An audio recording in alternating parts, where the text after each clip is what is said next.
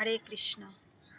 ভক্তকে, ভক্ত যেটা মহাপ্রভু ভগবান স্বয়ং, ভক্ত কাদের বলেছে? যে নাকি একবার হরে কৃষ্ণ মহামন্ত্র উচ্চারণ করবে সেই ভক্ত। যেটা হরিনাম মহামন্ত্র, হরে কৃষ্ণ কৃষ্ণ কৃষ্ণ হরে হরে, হরে রাম রাম রাম হরে হরে, সেই ভক্ত।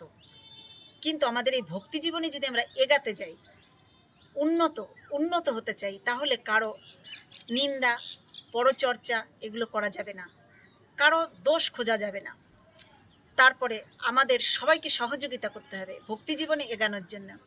আজকে আমি বলবো আমি তিলকমালা পড়েছি, আমি ভক্ত না, সকলে ভক্ত, যেখানে মহাপ্রভু নিজে বলেছে। তাই ভক্তি জীবনে সবাই এগান। আমরা কদিনই বা বাঁচব, এই ধরাধামে আমরা এসেছি, কদিন বাঁচব? তাই সকলে জপ করুন, হরিনাম করুন। হরে কৃষ্ণ কৃষ্ণ কৃষ্ণ হরে হরে, হরে রাম রাম রাম হরে হরে। সকলে জপ করুন।